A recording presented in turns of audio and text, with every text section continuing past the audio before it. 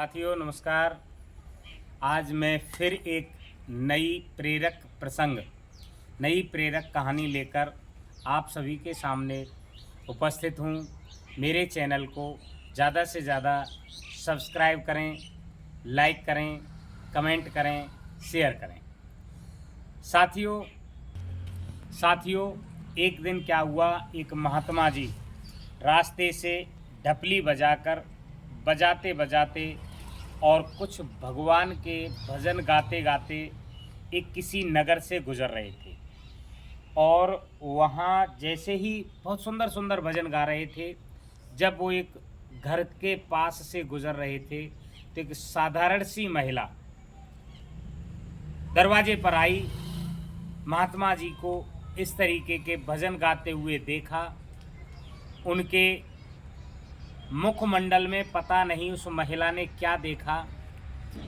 महिला को बड़ा आश्चर्य हुआ। साधु महात्मा के चरण स्पर्श किए और उसको घर अंदर आने का निमंत्रण दिया। महात्मा जी ने महिला का निमंत्रण और आतिथ्य स्वीकार किया और वो महात्मा जी उस महिला के घर में प्रवेश कर गए।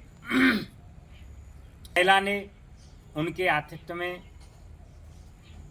महात्मा जी को सबसे पहले पानी पिलाया, अच्छा सा आसन लगाया, बिठाया और बिठा करके उनके चरण स्पर्श किए और बोली, महात्मा जी मैं बहुत ही भाग्यशाली हूँ जो आप मेरे इस दरवाजे पर आए। आपकी चरण रज मेरे घर पर लगी, लेकिन मेरा एक आतिथ्य और स्वीकार करें।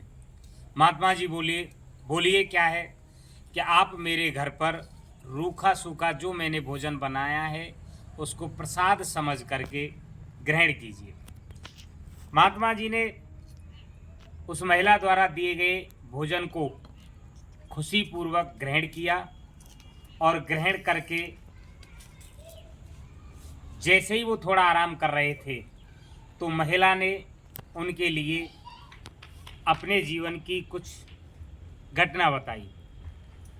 वह महात्मा जी को कहानी सुनाने लगी कि महात्मा जी मैं आज से 4 वर्ष पूर्व विधवा हो गई थी।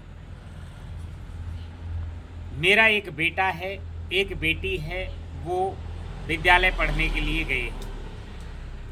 कृपया करके आप मुझे ऐसा आशीर्वाद दीजिए कि जिससे मेरे बेटे का मन पढ़ाई में लगे, वह बुद्धिमान बने और अपनी सफलता की सीढ़ियों को अतिशीघ्र प्राप्त करे।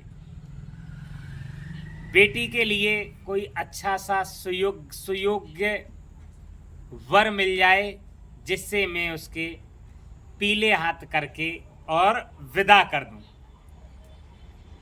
महात्मा जी बोले, तथास्तु, लेकिन आप कल सुबह मेरे कहे अनुसार एक अच्छा कार्य करना और उस अच्छे कार्य को शाम तक करते रहना।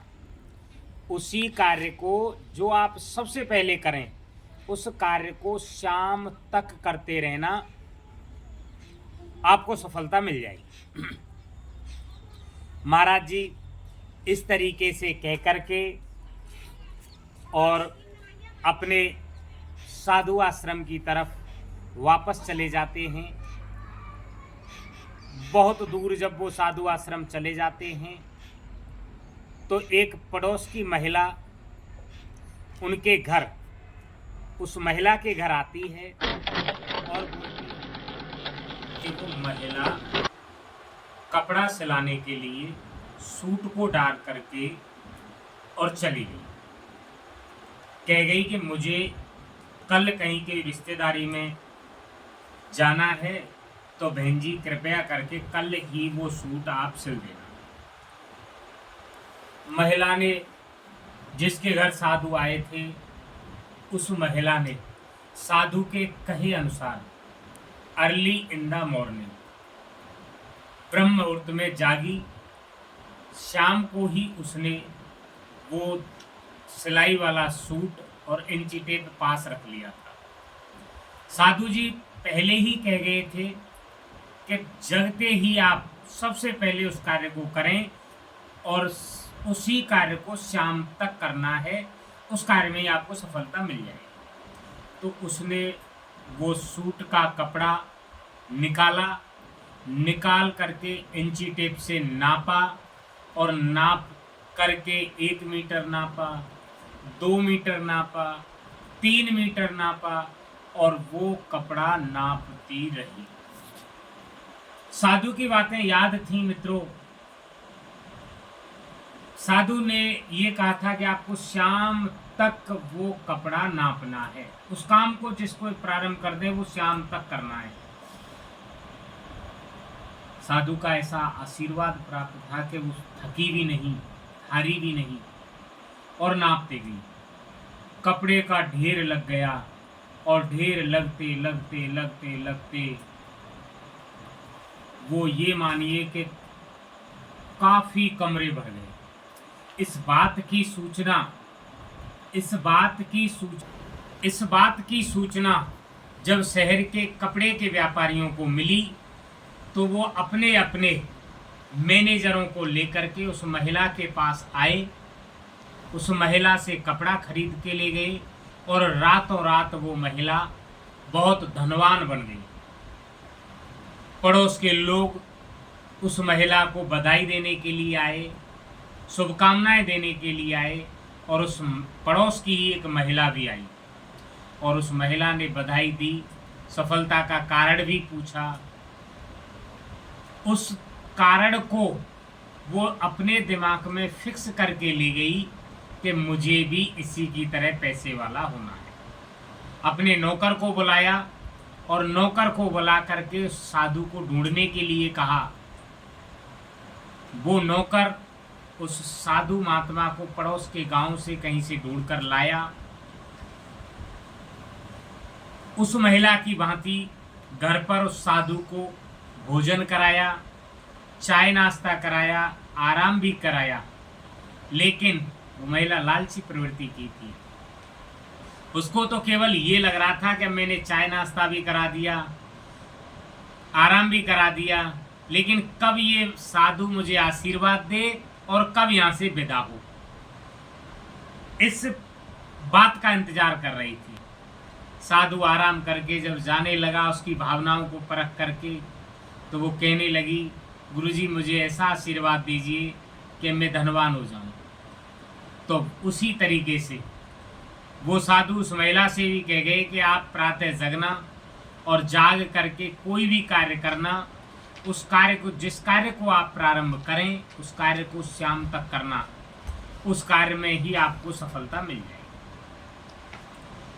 ठीक ऐसे ही अब वो महिला साधु के जाते ही धनवान होने के सपने देखती रही। रात को उसको नींद नहीं आई, काफी लेट तक सोई। 2 मीटर कपड़ा शाम को ही अपने नौकर से और 1 इंची टेप मंगवा करके अपने सिराने के पास रख लिया। रात भर दिन भर धनवान होने का सपना देखती रही, नींद नहीं आई। जैसे तैसे वो रात्रि को 1-1:30 बजे के करीब सोई तो सुबह उसको चेत नहीं हुआ। नौकर जैसे ही दूध लाने के लिए निकला तो उसका गेट खोला। उस गेट के खुलने की आवाज से वो महिला आनन फानन में जागी। जागते ही उसका शारीरिक संतुलन बिगड़ चुका था क्योंकि लेट जागी थी। सिराने के पास रखे हुए वो कपड़े और इंची टेप लिए, लेकिन मैं आपको बता चुका हूं कि वो रात को महिला सोई नहीं। स्वास्थ्य कमजोर हो गया ना सोने से, ठंड लग गई उसको, और वो जैसे ही कपड़ा उसने अपने पास रखे इंची टेप खोला ही था कि उसको छींक आने लगी। छींक आई, छींक आते ही 1 छींक आई, 2 छींक आई, अब तो वो कार्य छींक से ही प्रारंभ हुआ उसका। 3 छींक आई, 4 छींक आई, छींक आती गई। घंटों तक छींकती रही। उसका पति आया कि क्या हुआ। उसने देखा कि पत्नी छींकों से बिल्कुल बदहाल स्थिति में है। पड़ोस के किसी डॉक्टर को बुलाया। गोली दवा दी, लेकिन गोली दवा लेने की स्थिति में ही नहीं ठीक से। महिला के पति से कह दिया आप शहर के किसी डॉक्टर को बुलाओ जिससे वो इंजेक्शन लगा दे। शहर से डॉक्टर को बुलाया गया। उस डॉक्टर ने भी अपनी कोई इंजेक्शन वगैरह लगाए, लेकिन कोई आराम नहीं हुआ। पूरा दिन निकल गया महिला को छींकते छींकते छींकते छींकते। शहर का डॉक्टर भी परेशान और थक गया। उसने कहा भैया मुझसे ये महिला यहाँ पर ठीक नहीं हो रही है, इसकी कुछ जांचें होंगी, क्लिनिक पर ले आओ। और वहीं पर इसको कोई बोतल चढ़ानी होगी। शाम हो चुका था। जैसे ही शाम होने वाला था, सूर्यास्त होने वाला था, शहर तक पहुंचाने के लिए प्रधान की गाड़ी को लाया गया। प्रधान की गाड़ी पर पैर रखा ही था कि इतने में सूर्यास्त हो गया। और सूर्यास्त होते ही उसकी छींकें बंद हो गई, क्योंकि गुरुजी का ऐसा आशीर्वाद था कि आप सूर्य अस्त तक वो कार्य करना। लोगों ने समझा कि इसको डॉक्टर की दवाई असर कर गई है और इसको आराम मिल गया है, लेकिन वास्तविकता ये थी कि उस गुरुजी का जो आशीर्वाद था वो आशीर्वाद सूर्यास्त तक ही था।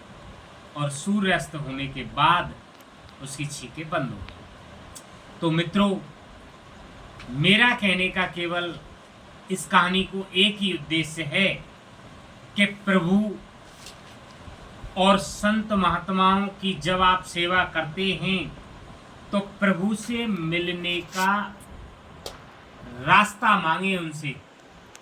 संत महात्मा गुरु महाराज जो जिनकी आप सेवा करते हैं उनसे आप प्रभु के मिलने का रास्ता मांगे। सांसारिक जो चीज़ें हैं वो तो अपने आप ही मिल जाएंगी। मित्रों, हमें किसी संत महात्मा की सेवा करने से ये नहीं गुरुजी मुझे पैसे दे दो, गुरुजी मुझे ऐसा आशीर्वाद दीजिए कि मैं धनवान हो जाऊं, गुरुजी मेरा मकान बन जाए, मेरा वो काम हो जाए, नहीं। यदि किसी संत महात्मा की सेवा करते हो, किसी गुरु की सेवा करते हो, तो उससे प्रभु से मिलने का रास्ता मांगे। सांसारिक चीज़ें तो, सांसारिक वस्तुएं तो अपने आप ही मिल जाएंगी। इसी के साथ आप सभी को पुनः नमस्कार।